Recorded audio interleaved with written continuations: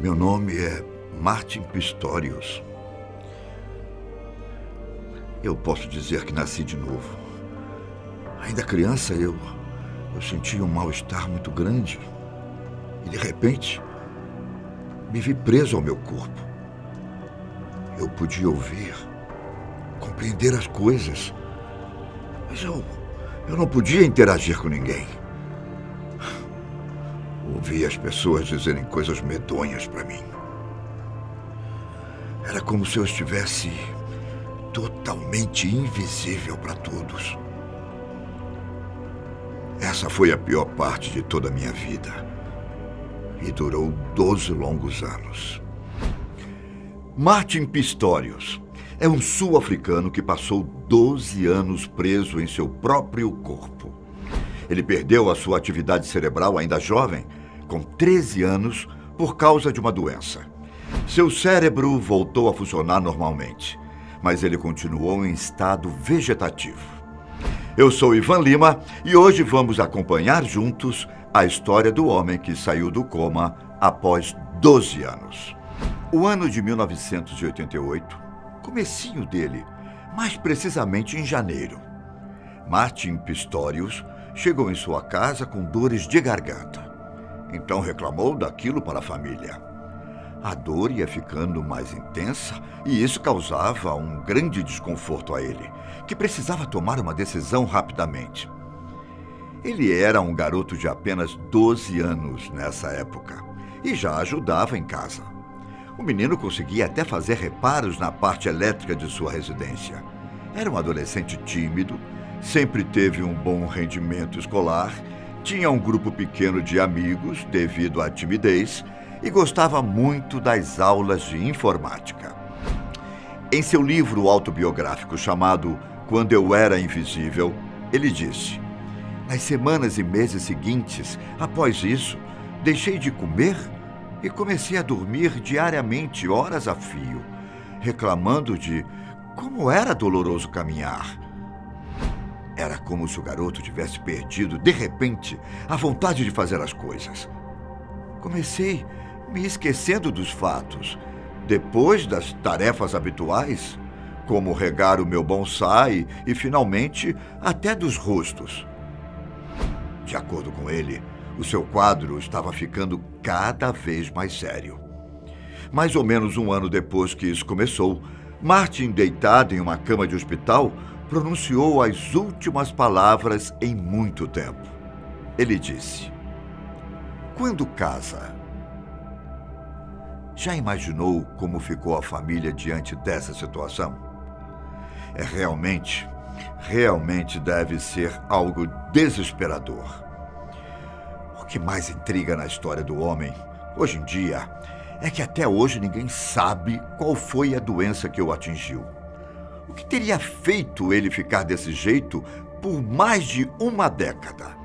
Os médicos especulavam que podia ser algum tipo de tuberculose ou meningite criptocócica, mas nunca conseguiram chegar a uma conclusão a respeito. Com 13 anos de idade, Martin perdeu totalmente qualquer atividade cerebral. Começava aí a sua jornada de 12 anos com o corpo travado e a falta total de comunicação. Era o maior pesadelo de muitas pessoas se tornando real com um menino que tinha tudo para ter vivido uma adolescência perfeita. A vida intelectual de Martin foi voltando aos poucos. Nada de um dia para o outro. Ele acredita que suas primeiras experiências de consciência surgiram quando ele estava com 16 anos de idade. De acordo com ele mesmo, gradualmente, sua mente começou a se reorganizar. Suas memórias ainda estavam bastante confusas e ele se lembra de estar sendo movido, levantado da cadeira de rodas e colocado na cama, sendo alimentado e cuidado. Isso foi dito por ele durante uma entrevista. O que passa para quem está exposta a ela uma sensação de angústia e impotência. Ele contou que a partir de certo momento estava totalmente acordado e consciente. Ele conseguia ouvir, ver e entender tudo o que acontecia à sua volta. O problema é que ninguém percebia isso. De fato, ele estava invisível para todos. O tempo então foi passando e ele não conseguia sair daquela situação. Isso é algo como uma paralisia do sono, que é desesperador por alguns segundos, só que estendido por anos. Você já acordou e não conseguiu se mexer alguma vez? Bom, voltando à história.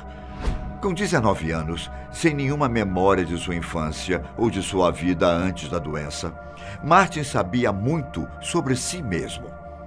Tudo que aprendeu foi ouvindo as pessoas conversando em sua volta. Ele começou entendendo que aqueles membros na ponta da sua cama eram seus pés. Ele se sentia e sabia que era diferente, pois tinha um corpo que só se movia involuntariamente. Ele sabia o que acontecia, só não conseguia agir da forma que pensava. Ele assistia ao noticiário da TV e, quando acordou, disse que ficou bastante triste com a morte da princesa Diana em 1997. Ele já estava consciente naquele momento. Segundo Martin, ele ficava eufórico quando seu pai lhe buscava na clínica onde passava o dia, mas também bastante irritado quando tentava se comunicar com ele e não conseguia. Não houve muitas interações entre eles e uma só ficou bastante marcada em sua memória. Ele diz que uma das poucas formas de comunicação que ele lembra ter alcançado nesse período foi morder a barriga do seu pai uma vez. O homem espremia algumas espinhas de suas costas e Martin sentia dor naquele momento. Tudo que ele queria mais naquele momento era conseguir se comunicar de outras formas, como falar, por exemplo. Ele conta que sua família ficou arrasada durante todo o tempo que ele passou sem movimentos. Seu pai, Rodner, era engenheiro mecânico. Sua mãe, Joan, era técnica de raio-x. Em 1989, quando as tentativas de melhorar sua situação falharam e os médicos prepararam a família para o pior, o casal tinha mais 2 filhos. Eram eles, David e Kim. Todos viviam na época em Pretória, na África do Sul. Joan, decepcionada, tentou se matar com remédios. Depois de enfrentar uma barra difícil, passou a focar na criação dos seus outros filhos. O pai foi que mais dedicou tempo a Martin. Ele acordava de 2 em 2 horas para virá-lo na cama, isso durante anos. O casal discutia porque a mãe, quando perdeu as esperanças, queria Martin em uma clínica em tempo integral. Segundo ela, o garoto precisava passar o tempo todo no local, ficando assim distante deles. O pai, como ele disse, discordava totalmente da ideia e insistia para que ele continuasse ficando no hospital apenas durante o dia. Depois de uma dessas brigas sérias que eles tinham, a mãe disse algo que o jovem entendeu, ainda que ela não imaginasse que ele pudesse. Martin não pôde reagir, embora tenha compreendido bem quando ela falou que ele precisava morrer logo. Ela falou aquilo olhando em seus olhos, o que lhe feriu demais. Dá para imaginar como seria ouvir isso da própria mãe? Para falar a verdade, eu mesmo não consigo me colocar no lugar de Martin. Ele era quase um objeto para os outros. Na sua frente, as pessoas cutucavam o seu nariz, se coçavam, ajeitavam as roupas íntimas e falavam sozinhas sobre as próprias vidas. O pior de tudo é que elas também o agrediam. Ele lembra do desespero de não poder contar aos pais sobre uma clínica onde ficava no interior do país. As enfermeiras do lugar davam risadas quando viam uma outra lhe dando comida e falando coisas como: "Come isso, burro maldito!" Não parava por aí, pois certa vez ela falou: "Come logo, seu monte de lixo!